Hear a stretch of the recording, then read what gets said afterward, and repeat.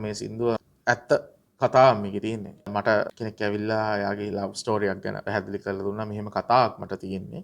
ඉතින් මට මේක වෙනුවෙන් සින්දුවක් කරන්න ඕන කියලා තමයි මේක පටන් ගත්තේ. ඉතින් මේක ලොකු තේරුමක් තියෙන සින්දුවක්. මේකට හොඳ මීනින් එකක් සහ සමහරකට මේ සින්දුව වැඩි දීපු කෙනාගේ මුළු ජීවිත කාලෙටම එයාගේ මේ සින්දුව එන්න පුළුවන්. එහෙම නිර්මාණ තියෙනවා මේ ලෝකයා. ඉතින් මේකට මම තවත් අර්ථයක් එකතු කරන්න තමයි මේක මම නීරා චිත්‍රපටයට පාවිච්චි කරේ. මේක රවින්ට මම කතා කරාම රවින් මල්ලි ඇත්තටම ගොඩක් කැමති වුණා මේ සින්දුවට.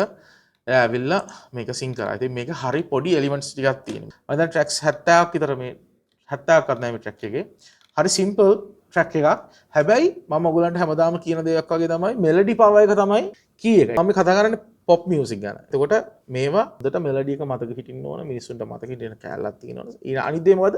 ලිරික්ස්. මේ තියෙන මෙලඩි එකට නානානා කියලා අපි දාන මෙලඩිය. ඒ කියන්නේ මෙලඩිය කියන්නේ බේසිකලි මනත් ස්වර ටිකන්නේ. ඉතින් ඔය ටික අපි ඔහොම දාන්නේ අර්ථයක් ගැන දෙන්නේ ලිරික්ස් වලින්. ඉතින් ලිරික්ස් ටික තමයි ඊළඟට වැදගත් වෙන්නේ.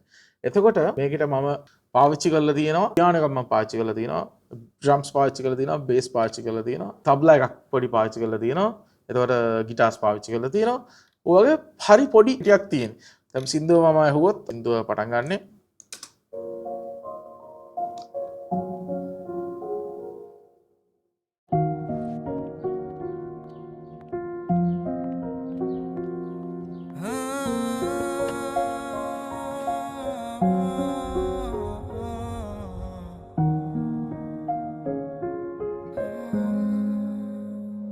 උදායියේ වූසැමදේ හදායේ මේ ආදරේ එදා වගේ මගේ අතේ එළිනවාදෝ ඉඩෝ කාලේ හිනකසේ කෙවියා වී ස්නේහගගේ සිනාවාරේ